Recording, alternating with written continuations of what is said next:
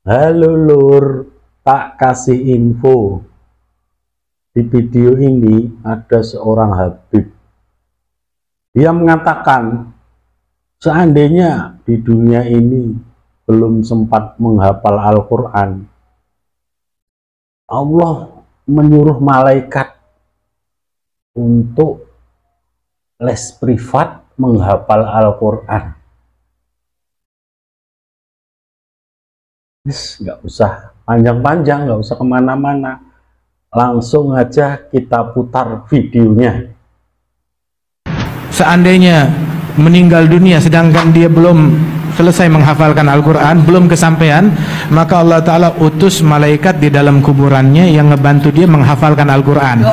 Jadi ada les private. Maka berapa ramai orang yang hari ini mengaku-ngaku keturunan nih, bukan anak kandung, keturunan, entah iya entah tidak, keturunan Nabi kononnya, tapi tengok perangainya, tengok perbuatannya, tengok amalannya, tengok apa yang dia sampaikan, hampir yang disampaikan tu batil, dan kebanyakan ceritanya adalah cerita halu. Dan kalau nak belajar haru, belajar kepada mereka, mereka pakarnya. 1 minggu saja belajar dengan mereka akan fasih dalam bercerita tentang halu. Bahkan ada seorang tuan guru yang dulunya hebat dalam menceritakan ini hadis sahih, ini hadis dhaif, hebat dalam bercakap, dah berkawan dengan geng-geng macam tu, geng halu. Akhirnya dia cerita apa? Ditarim, kata dia, ditarim, sekarang jalan di sana tak diberi aspal oleh kerajaannya. Bukan kerajaannya miskin, tapi kenapa? Kerana kerajaannya segan untuk menutup bekas tempat pijakan wali-wali Allah. Akhirnya tak diaspal. Tengok mengarut cerita dia. Padahal dulu dia hebat. Ketika orang hebat dah berkawan dengan orang cerita halu, macam tu juga akan jadi cerita halu.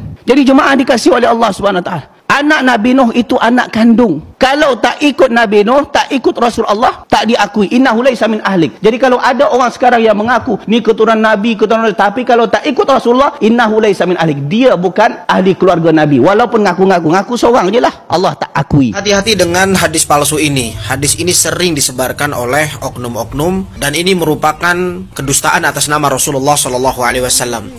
Diriwayatkan ada seorang syekh yang bernama Hasan Al-Maghribi, yang mana dia berjumpa dengan Rasulullah yaqadzatan, ya, secara sadar atau dalam keadaan tidak tidur.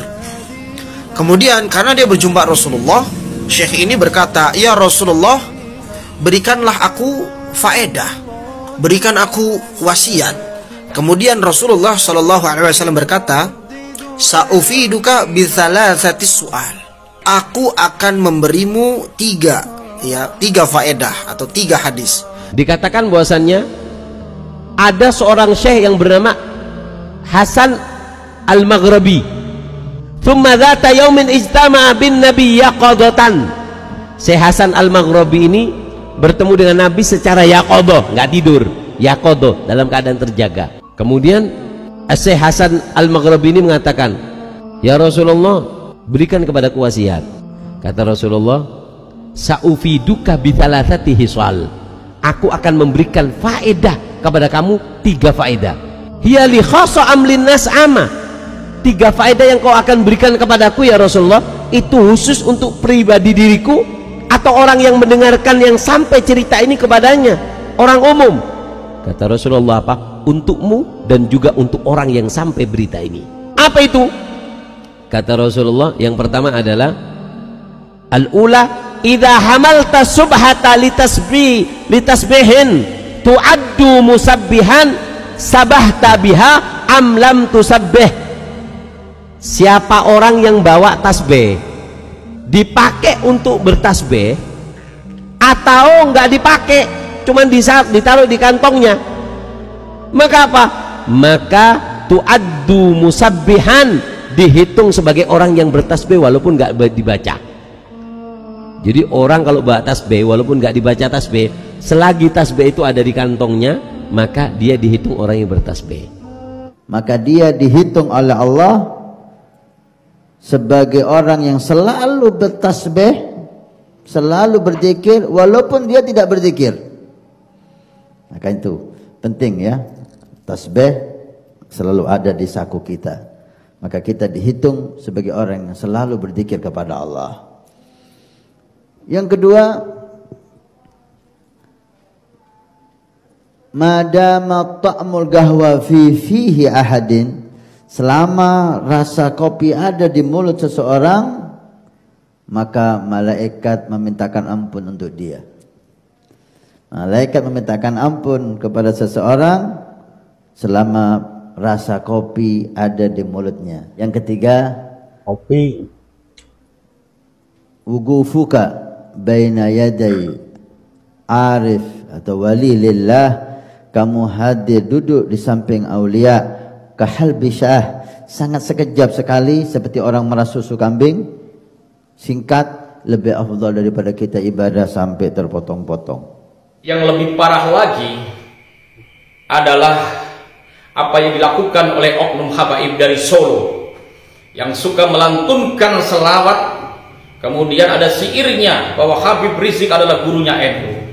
Ini adalah bentuk penghinaan dan pelecehan terhadap para muassis Nahdlatul Ulama, terhadap kiai-kiai NU, terhadap ulama-ulama NU, terhadap guru-guru NU. Karena apa? NU tidak pernah punya guru yang namanya Habib Rizik. Sekali lagi, NU tidak pernah punya guru yang namanya Habib Rizik yang suka menghina ulama NU, yang suka menghina Gus Dur dan lain sebagainya. Ini bukan guru NU. Apakah saudara akan rela dikatakan bahwa Habib Rizik adalah gurunya NU?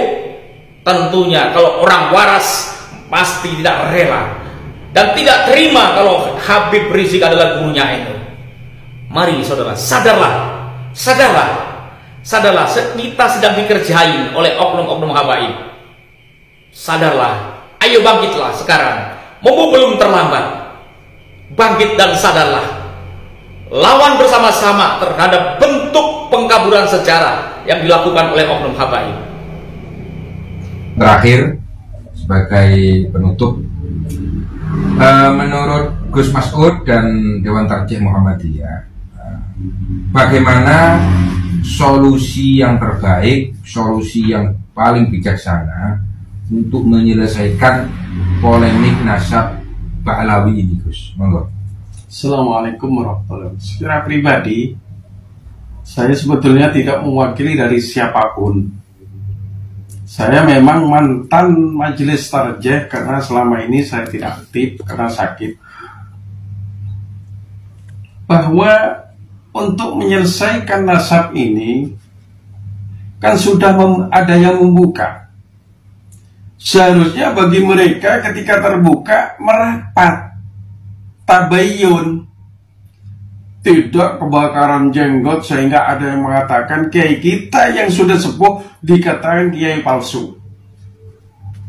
Maaf, ini Assegaf yang mengatakan ini, kiai kita yang sudah tua dikatakan kiai palsu. Dan mereka mengatakan orang Yaman kesini membentuk ulama-ulama. Tidak, kalau menurut saya mereka datang menjadi orang yang ngelama pada pribumi. Maaf ini. Maka dari situ, untuk satu pribadi saya, kalau ada orang imigran gaya itu, pasti saya deportasi. Pasti saya usir. Karena bapak-bapak mereka kesini ini golek mangan. Tidak menciptakan ulama, menciptakan orang ngelama terhadap pribumi. Kiai koyo kate dilangkai.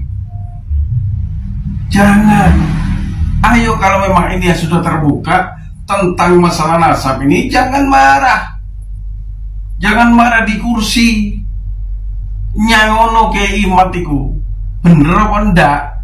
Seperti itu.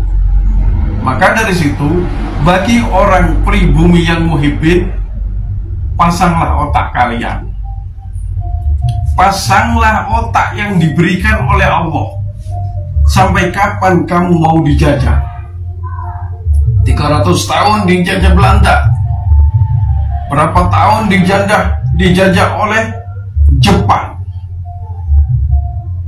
Kalau sekarang dijajah oleh orang pendatang sampai nyium kakinya. Pret. Dengarkan pribumi. Dengarkan orang Indonesia yang diberi otak oleh Allah. Tidak ada hukum tidak percaya Habib kafir. Oleh di kitabnya dapat mana? Kok nama enak tidak percaya Habib kafir? Ngaji di sing bener mengkafirkan orang itu. Yang kafir itu tidak percaya dengan rukun Islam 5, tidak percaya dengan rukun iman yang ada 6. Habib gak melok yang megaya kata dari salah siji keimanan papaan niku. Wassalam.